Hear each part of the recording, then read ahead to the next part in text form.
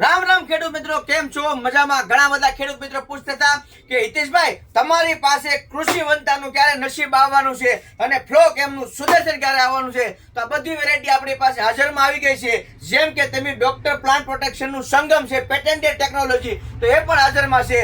બરોબર છે. ફ્લો કેમનું સુદર્શન પણ છે, કૃષિ વંતાનું નસીબ પણ છે, અને સાથે એક દવા ને બધી જીવાત સાપ, સફેદ છાછડી, લીલી છાછડી, મોલોમસી, તરતડિયા, થ્રિપ્સ, ગળો, પાનકથરી, કુકડ અને સુસા, આ બધી જીવાત એક જ સાથે મારી નાખે. પંપે 40 થી 50 ml લખે નાખવાનું છે. તમારા હરેક નજીકના એગ્રોમાં મળી જાય તમારે, પણ ડોક્ટર પ્લાન્ટ પ્રોટેક્શન નું તમારે તાંડવ માંગવાનું છે. બરોબર? આ રીતની જીવાત દોરેલી છે, અહીંયા ત્રિશુલ દોરેલું છે. આ રીતની આપણે એમાં પેટર્ન જોઈ લેવાની છે અને 100 રૂપિયાનો પંપ પડી જાય ખેડૂત મિત્રો. બરાબર છે. હવે વાત કરીએ પેલા કૃષિ વંતાના નસીબ વિશે, કે નસીબની માલિપા શું આવે છે. નસીબની માલિપા મિક્સચર સીવીડ એક્શન, એટલે કે દરિયાઈ શેવાળનો અર્ક આવે છે, જેને સીવીડ એક્શન કહેવામાં આવે છે.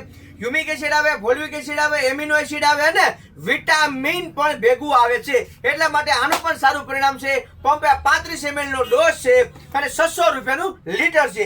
એક આવશે તમારે ફ્લો કેમનું સુદર્શન. બરોબર? આની પણ અલગ ખાસિયત છે, જેમાં જીવરેલિક એસિડ આવે છે 0.001% અને મિક્સ માઇક્રો ન્યુટ્રન આવે છે. પંપે 40 થી 50 ml લખે તમે નાખી શકો છો અને આની કિંમત 550 રૂપિયા પર લીટર છે.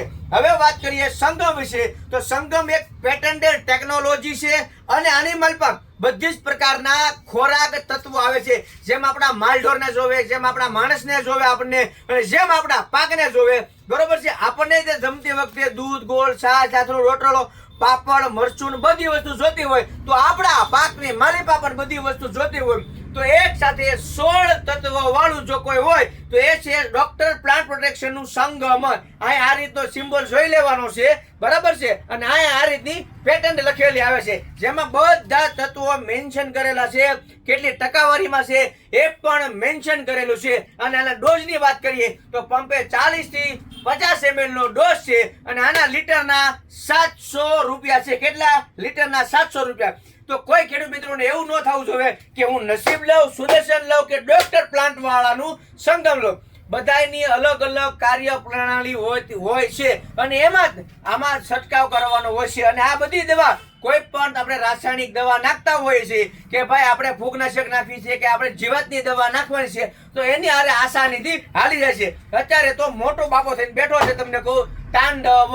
કપાસમાં એક ગાન 2 કટકા, તમને કહું 15-20 દી સુધી તો કઈ ઉપાધિ જ નહીં. અને જો તમને કોઈ કપા મોટો થઈ ગયો હોય અને હવે અશ્લેષા નક્ષત્ર આવવાનું છે, એમાં જો પંપે 50 ml લખે નાખી અને ગાંઠીને જાડી તમે સાડી દીધી હોય, તો કમસે કમ તમારે 20-25 દિવસ સુધી ઉત્પાદી રહે નહીં. હવે આમ તો મોનોકોટો તો બંધ થઈ ગયું છે, તો તમે સંગમ અને તાંડવ નાખી શકો છો. પછી તાંડવ અને નસીબ આપી શકો છો, અને તાંડવ અને તમે સુદર્શન પણ આપી શકો છો. આપણે આવા વિડીયો જોવા માટે આપણી ચેનલને સબસ્ક્રાઇબ કરી લો, ફોલો કરી લો. રજા આપો.